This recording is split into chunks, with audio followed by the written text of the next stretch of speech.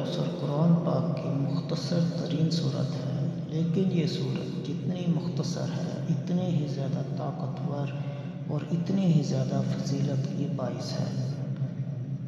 یہی وجہ ہے کہ ہمارے ہاں بچے بچے کو سورہ کوثر یاد ہوتی ہے۔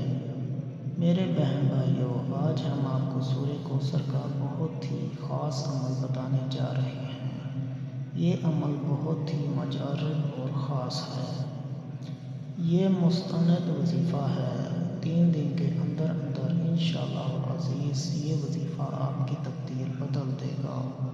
اس وظیفے کو کر لینے کے بعد آپ کی ہر مراد، ہر خواہش ایسے پوری ہوگی جیسے پوری ہونے کا حق ہے۔ سورہ کوثر کے اس عمل کو آپ مال و دولت کے لیے بھی کر سکتے ہیں، یا بڑا گھر حاصل کرنے کے لیے بھی کر سکتے ہیں، یا پھر کاروبار بڑھانے کے لیے کر سکتے ہیں، یا جو آپ کی خواہش ہے انشاءاللہ پوری ہوگی۔ یا پھر آپ اس عمل کو دشمن سے بچنے کے لیے، یا دشمن کو نامراد کرنے کے لیے، یا دشمن کو تباہ و برباد کرنے کے لیے کرنا چاہتے ہیں تو انشاءاللہ العزیز اس میں آپ کامیاب ہوں گے۔ یا پھر اگر آپ کا رشتہ نہیں ہو رہا تو اپنے رشتے کے لیے بھی اس عمل کو کر سکتے ہیں۔ کوئی آپ کی ایسی دعا ہے، یا آپ کی کوئی ایسی حاجت ہے، کوئی آپ کی ایسی دعا ہے یا کوئی ایسی حاجت ہے جو کہ ابھی تک پوری نہیں ہوئی، انشاءاللہ العزیز اس عمل کو آپ اس مقصد کے لیے بھی کر سکتے ہیں۔ یا آپ بے اولاد ہیں تو انشاءاللہ یہ اولاد کے لیے بھی آپ کر سکتے ہیں۔ یعنی قصہ مختصر کہنے کا مطلب یہ ہے کہ یہ عمل آپ کسی بھی مقصد کے لیے، کسی بھی پریشانی کے لیے یا کسی بھی حاجت کے لیے کر سکتے ہیں، کیونکہ سورہ کوثر کا یہ وظیفہ ان خاص وظیفوں سے ہے جو کہ ایک فقیر کو بادشاہ بنا سکتا ہے، بدقسمت کو قسمت والا بنا سکتا ہے، اور وہ بھی صرف 3 دن کے اندر اندر۔ تو بہن بھائیوں، چاہے آپ دولت مند ہونا چاہتے ہیں یا پھر آپ کا کوئی مسئلہ ہے تو اس کے لیے آپ یہ عمل کر سکتے ہیں۔ وظیفہ آپ نے کرنا کیسے ہے اور وظیفہ کرتے ہوئے آپ نے کن کن باتوں کا خیال کرنا ہے، اس کو جاننے کے لیے ویڈیو کو آخر تک دیکھیے گا، بیچ میں سے بالکل بھی اسکپ مت کیجیے گا۔ لیکن ویڈیو پر آگے بڑھیں اس سے پہلے آپ چینل کو سبسکرائب کریں اور گھنٹی کے بٹن کو پریس کر دیں تاکہ آنے والے وظائف آپ تک پہنچ سکیں۔ سورہ کوثر کو اگر قرآن پاک کی سب سے مختصر صورت اور طاقتور صورت کہا جائے تو یہ غلط نہ ہوگا۔ سورہ کوثر کی فضیلت کی وجہ اس کا پس منظر ہے، کیونکہ اس صورت کو اللہ تعالیٰ نے رسول اللہ صلی اللہ علیہ وآلہ وسلم کے رنج و غم کو دور کرنے اور دلاسا دینے کے لیے اتارا تھا۔ جب آپ صلی اللہ علیہ وآلہ وسلم کے جوان بیٹے کی وفات ہوئی تو آپ اس وقت بہت ہی غمگین اور رنجیدہ تھے۔ لیکن مشرکین نے اس موقع کا فائدہ اٹھایا اور آپ کو ابتر کہنا شروع کر دیا کہ جس کی کوئی نرینہ اولاد نہیں ہے۔ اس کے بعد آپ صلی اللہ علیہ وآلہ وسلم بہت ہی رنجیدہ ہو گئے۔ اس کے بعد اللہ تعالیٰ نے حضور صلی اللہ علیہ وآلہ وسلم کو تسلی دینے کے لیے سورہ کوثر نازل کی۔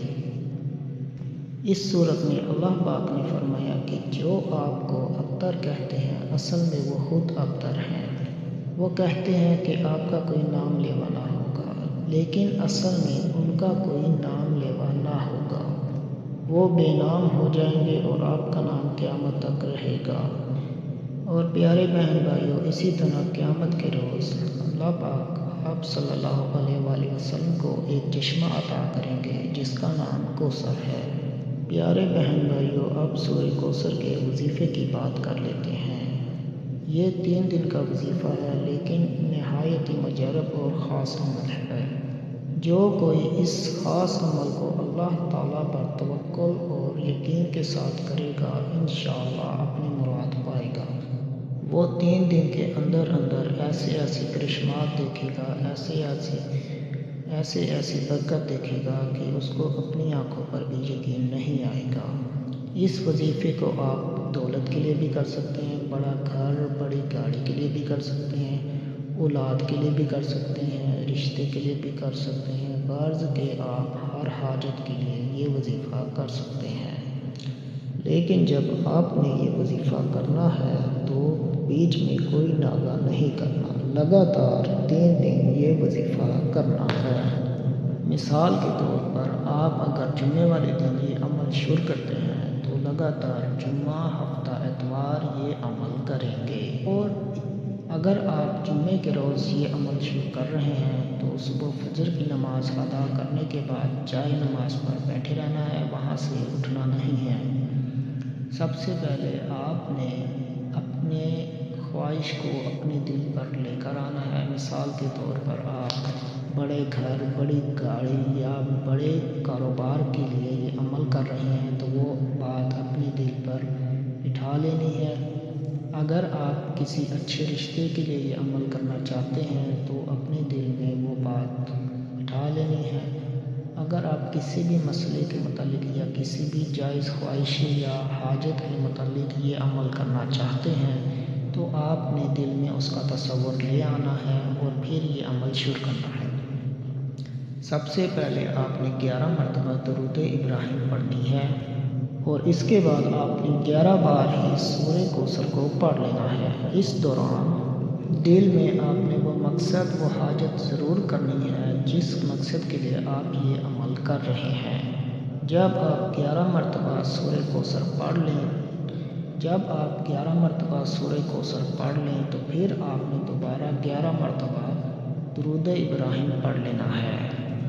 اور جمعے کے ہی دن آپ نے عصر کی نماز کے بعد، نماز ادا کرنے کے بعد جائے نماز پر بیٹھے رہنا ہے اور حاجت اور خواہش دل میں لے آنی ہے اور اسی طرح 11 مرتبہ درود ابراہیم پڑھنی ہے۔ اس کے بعد 11 مرتبہ سورہ کوثر پڑھنی ہے، پھر 11 مرتبہ درود ابراہیم پڑھنی ہے۔